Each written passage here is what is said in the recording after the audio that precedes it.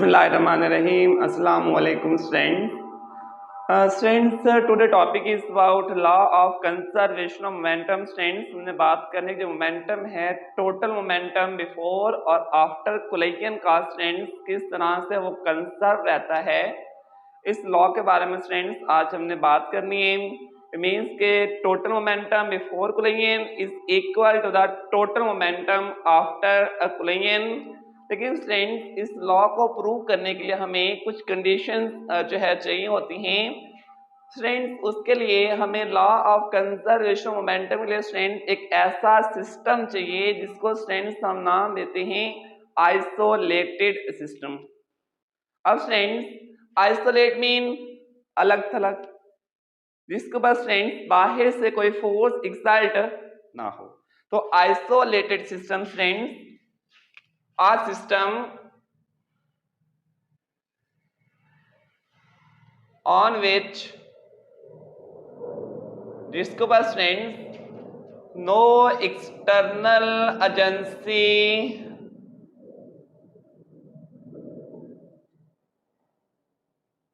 Exert any force, जिसके पास students बाहर से कोई फोर्स एक्सर्ट ना हो, इस तरह का सिस्टम को स्टूडेंट्स हम नाम देते हैं आइसोलेट. मीन्स के अलग थलग सिस्टम का स्टूडेंट्स उसको हम नाम देते हैं. ठीक है. और स्टूडेंट्स अगर हम एग्जांपल की बात करें बोर्ड एग्जामिनेशन के अंदर स्टूडेंट्स अलग से आपसे आइसोलेटेड सिस्टम की डेफिनेशन विद एग्जांपल भी पूछी जा सकती है. स्टूडेंट्स अगर हम आइसोलेटेड सिस्टम की एग्जांपल के बारे में बात करें तो स्टूडेंट्स इसकी एग्जांपल आप ले सकते हैं अ गैस इनक्लोज्ड. अगर स्टूडेंट्स हमें गैस को इनक्लोज कर दें, बंद कर दें इन अ कंटेनर, एक कंटेनर के अंदर स्टूडेंट्स और vessel at a constant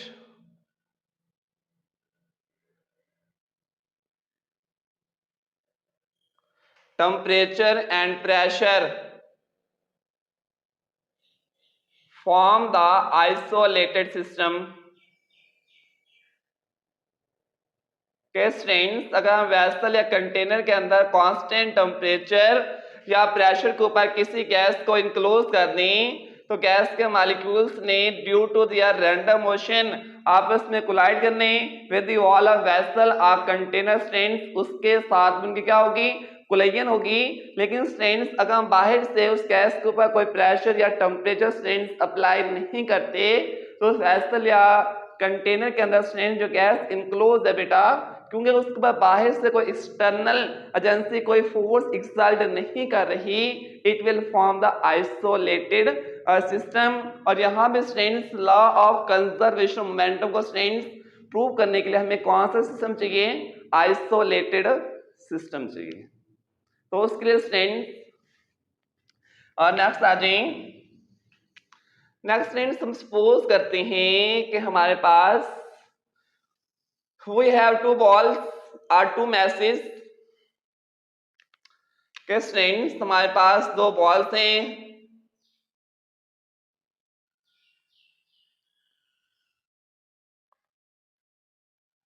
two balls of mass m1 and m2 moving with velocity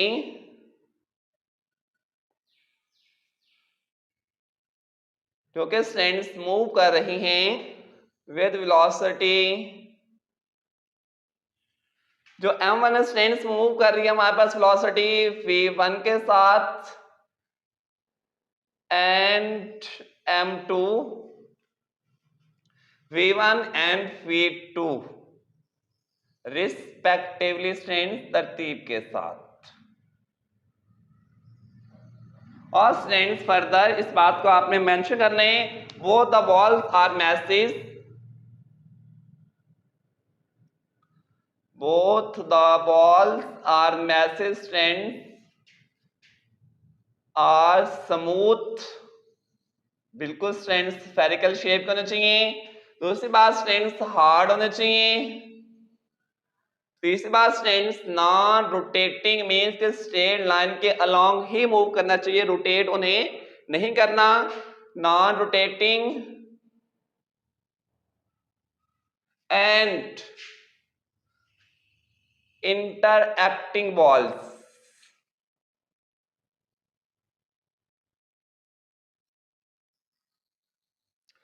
moving along the straight line के स्ट्रेंड्स दोनों मैसेज या दोनों बॉल स्ट्रेट लाइन के अलॉन्ग मूव करने चाहिए। Moving along the straight line.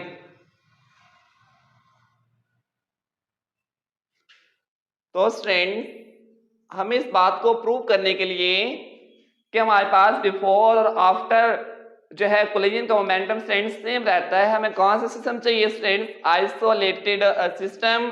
तो उसके लिए स्ट्रेंड हमने करना ये है कि ये स्ट्रेंड हमारे पास एक आइसोलेटेड सिस्टम है।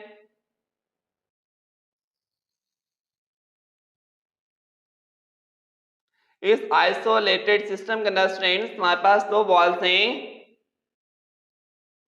एक का mass strand m1 moving with velocity v1, दूसरी बॉल का mass strand m2 moving with velocity strands.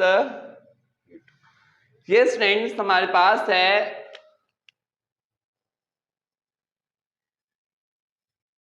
Before collision strands. अगर मैस m1 ने m2 के साथ जाकर कोलाइड करने तो ये जरूरी है कि मैस m1 की जो वेलोसिटी v1 है वो मैस m2 की वेलोसिटी v2 से बेटा क्या होगी, क्या होनी चाहिए? ज्यादा। तभी मैस m1 ने m2 के साथ क्या करनी है? कोलिजन। तो हम ये बात मेंशन कर देते हैं कि v1 वेलोसिटी ज्यादा किससे? स्ट्रेंड्स v2 से। जब स्ट्रेंड्स मैस m1 ने m2 के साथ कोलिजन करनी है तो अगेन स्ट्रेंड्स हमारे पास आइसोलेटेड सिस्टम। इस आइसोलेटेड सिस्टम के अंदर स्ट्रेंड्स हमारे पास अगेन दो मैसेज m1 एंड m2, इनके दरमियान स्ट्रेंड्स होगी क्या? कोलिजन।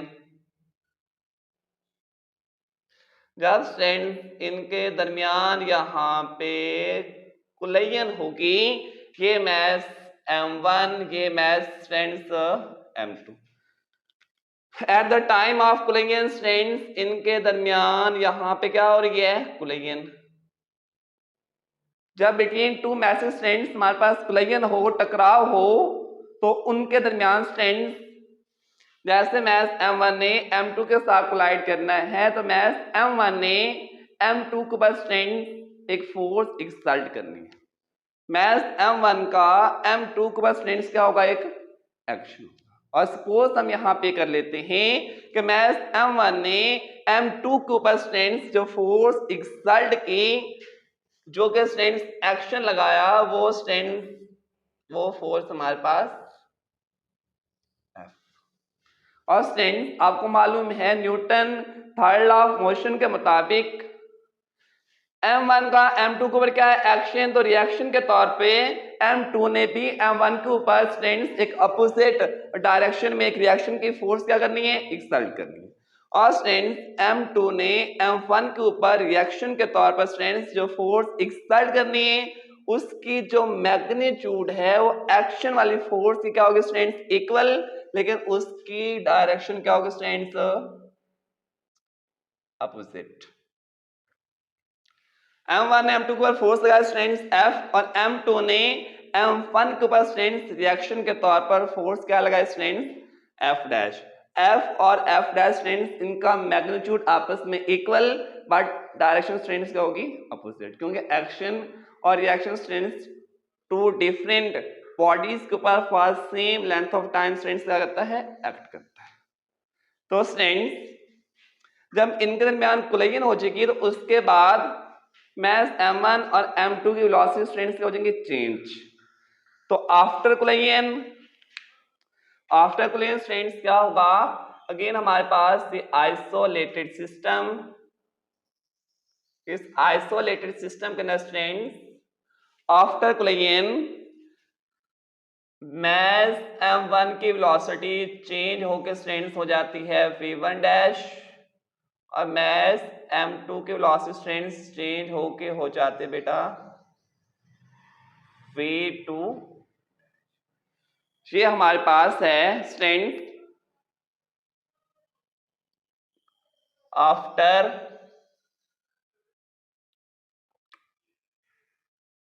कोलिजन। स्ट्रेंथ में प्रूव क्या करना है, बिफोर कोलिजन का जो मोमेंटम है स्ट्रेंथ वो इक्वल होना चाहिए किसके, आफ्टर कोलिजन के मोमेंटम के। तो स्ट्रेंथ नेक्स्ट आ जाएं, उसके लिए स्ट्रेंथ हम इसको रेज कर लेते हैं।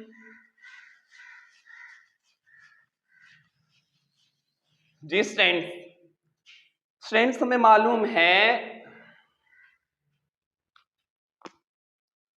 Rate of change in momentum,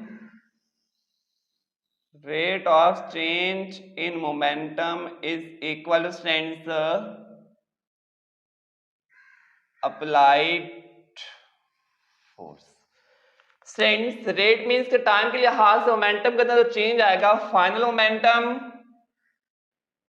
mvf, mass strength scalar velocity हमारे पास वेक्टर, इसके ऊपर आपने एरर डालना है divided by time t is equal to applied force strength f।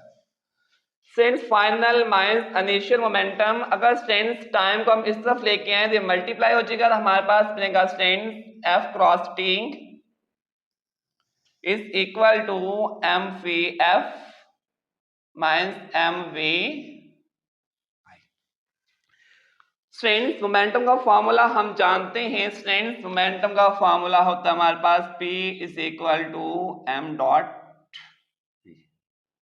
Strength mass m1 before collision, इसका मोमेंटम क्या बनेगा, इसका मैस m1, इसकी वेलोसिटी v1, तो इसका मोमेंटम बनेगा m1 v1 और स्ट्रेंथ इसका मोमेंटम क्या बनेगा m2 v2। और same strength after collision mass वही m1, velocity strength v1 dash और इसका मोमेंटम स्ट्रेंथ क्या बनेगा m2 v2 डैश। तो स्ट्रेंथ नेक्स्ट आपने हेडिंग क्या देनी है, नेक्स्ट स्ट्रेंथ हमने हेडिंग ये देनी है change in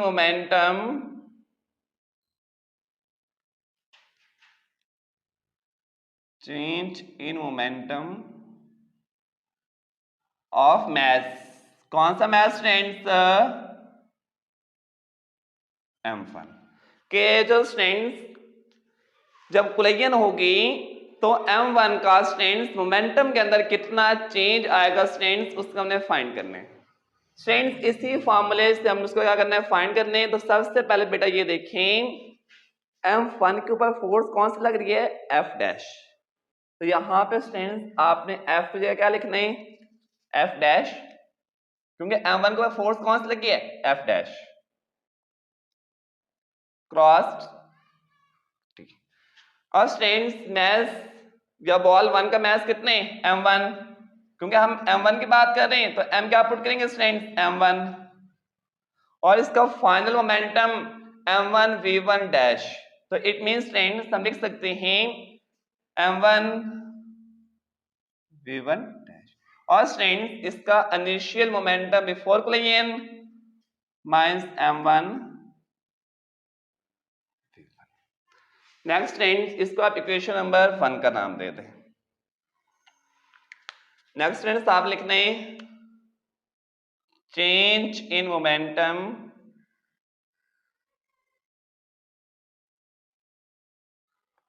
of mass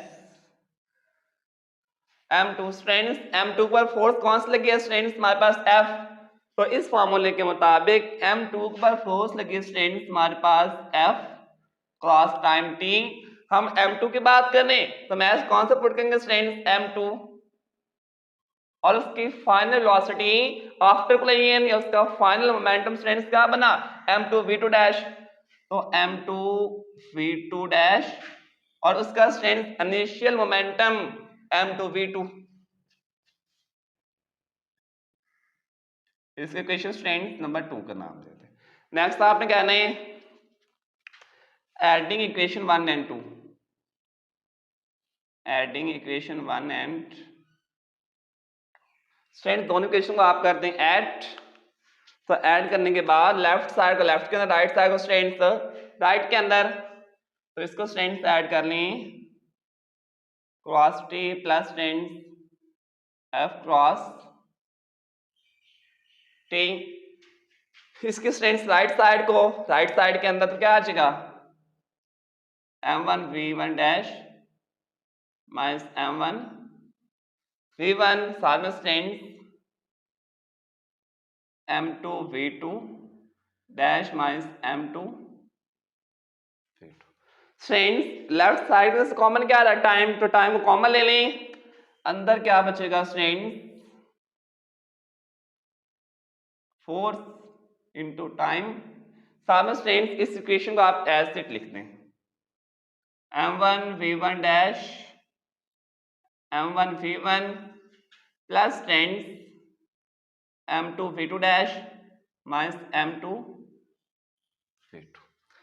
next strength देखें, मैं m1 का m2 के ऊपर क्या था एक्शन, और m2 का स्ट्रेंथ m1 के ऊपर कौन सा था रिएक्शन। एक्शन स्ट्रेंथ इस तरफ है, रिएक्शन बेटा इस तरफ है, दोनों की मैग्नीट्यूड इक्वल है but direction opposite according to Newton third law of motion. Action and reaction are equal but in opposite direction. तो नेक्स्ट स्ट्रेंथ आपने क्या करना है कि हमारे पास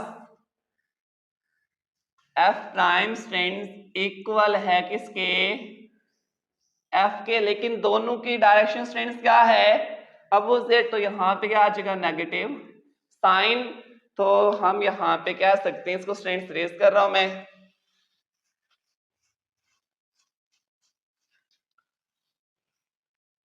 तो यहाँ पे स्ट्रेंथ ये बात आप लिख लीजिएगा according to Newton third law of motion.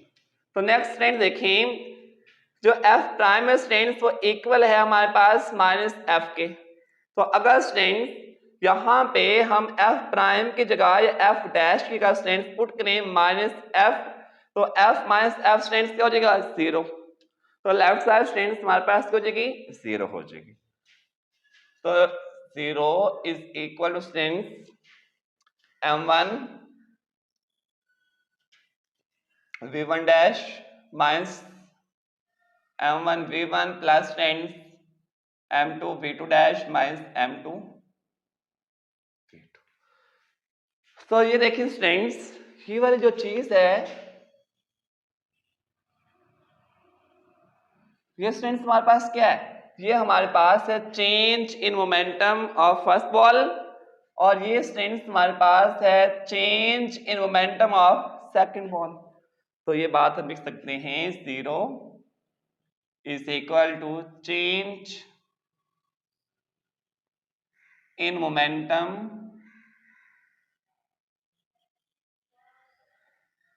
Of first ball plus strength change in momentum of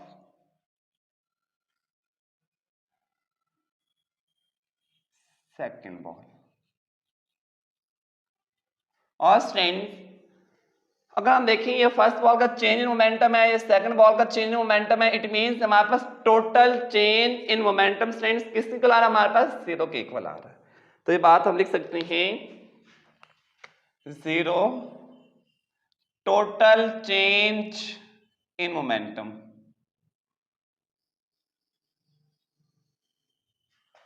total change in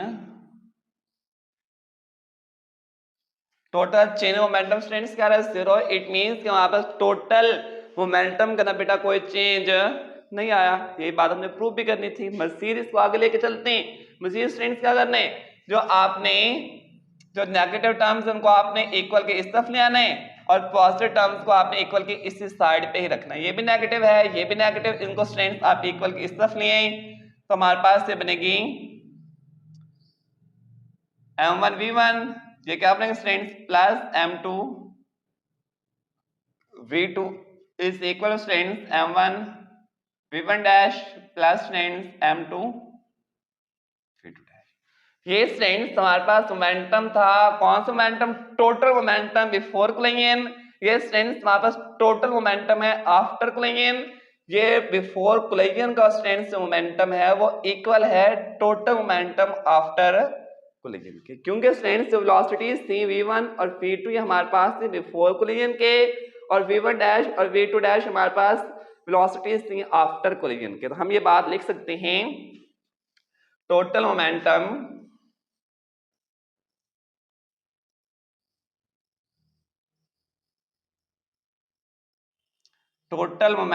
before collision is equal to students total momentum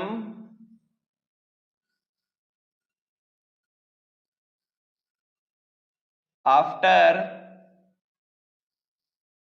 collision. Means के स्टूडेंट्स आपका जो law of conservation momentum के मुताबिक students momentum हमारे पास क्या रहा? Conserve. जितना momentum bodies का बिफोर कोलिजन के था उतने मोमेंटम स्टूडेंट्स बॉडीज का आफ्टर कोलिजन के है। ये स्टूडेंट्स आज का topic. Sometimes students we have group of systems. अलग स्टूडेंट्स अगर हम बात करें कि हमारे पास कंटेनर वेसल के अंदर कोई गैस इनक्लोज हो तो उसका जो ओवरऑल मोमेंटम होगा गैस के मालिक्यूल का स्ट्रेंथ क्या होगा? जीरो, क्योंकि कुछ मालिक्यूल्स हमारे पास जितना मोमेंटम गैस के मालिक्यूल का इस डायरेक्शन में होगा उतने गैस के मालिक्यूल उसकी अपोजिट साइड पे क्या कर रहे होंगे? मूव कर रहे होंगे। अगर स्ट्रेंथ उनका हम लेंगे टोटल मोमेंटम तो उनका स्ट्रेंथ टोटल मोमेंटम हमारे पास क्या आएगा? Total change in momentum strength क्या आएगा? जीरो आएगा। मीन्स कि स्ट्रेंथ मोमेंटम के अंदर कोई चेंज नहीं आएगा। जितना मोमेंटम बिफोर कोलिजन का होगा उतने स्ट्रेंथ मोमेंटम आफ्टर कोलिजन के होगा। ये था स्ट्रेंथ आज का लेक्चर। आई होप कि स्ट्रेंथ ये लेक्चर आपको अच्छे से अंडरस्टैंड हो गया होगा। दुआ में स्ट्रेंथ याद रखिएगा और स्ट्रेंथ वीडियो को लाइक शेयर और सब्सक्राइब, चैनल को सब्सक्राइब भी कर दीजिएगा। अल्लाह हाफिज।